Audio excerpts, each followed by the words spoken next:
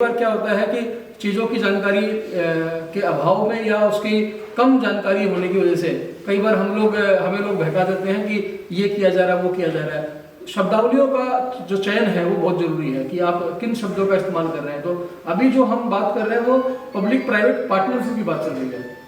Partnership में और privatisation में क्या फर्क है, ये बहुत क्लियर होना जरूरी है। क्या फर्क होता है? पार्टनरशिप और प्राइवेटाइजेशन में फर्क क्या होता है? प्राइवेटाइजेशन मतलब होता है निजीकरण। निजीकरण का मतलब होता है कि हमने सारे के सारे जो शेयर है कंपनी के, या कंप्लीट उसका जो अथॉरिटी है, उसका जो मालिकाना हक है, वो प्राइवेट सेक्टर को दे दिया। ये होता है प्राइवेटाइजेशन, ठीक है, निजीकरण। और एक दूसरा शब्द होता है पार्टनरशिप, साझेदारी। साझेदारी का मतलब ये होता है कि कुछ हिस्सा जो है, कुछ ऑपरेशन, कुछ आइटम्स जो है वो प्राइवेट सेक्टर के द्वारा मैनेज किए जाएंगे। इसके पीछे का रीजन केवल एक ही होता है, एफिशिएंसी को कैसे इंप्रूव करना है। आप बहुत सारे काम आपने देखे होंगे कि हम लोग जो काम करते हैं तो हमारे अपनी स्ट्रेंथ होती है गवर्नमेंट की, प्राइवेट सेक्टर की अपनी स्ट्रेंथ होती है।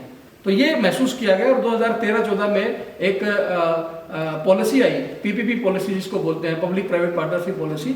उसके तहत ये होता है कि जो अच्छी बातें सरकार की हैं उनको लिया जाए और जो अच्छी बातें प्राइवेट सेक्टर की हैं उन चीज़ों को लिया जाए, और दोनों को सम्मिलित करके आम जनमानस के जीवन में बेहतर बदलाव कैसे आ सकते हैं, इसके ऊपर जो है हमारी जिम्मेदारी बनती है। तो ये जो चीज़ें हैं ये पब्लिक प्राइवेट पार्टनरशिप के तहत चीज़ें की जा रही है, ना कि निजीकरण किसी चीज़ का किया जा रहा है।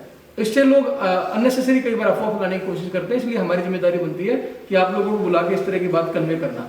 अब इसमें और क्या महत्वपूर्ण बातें हैं जो आपके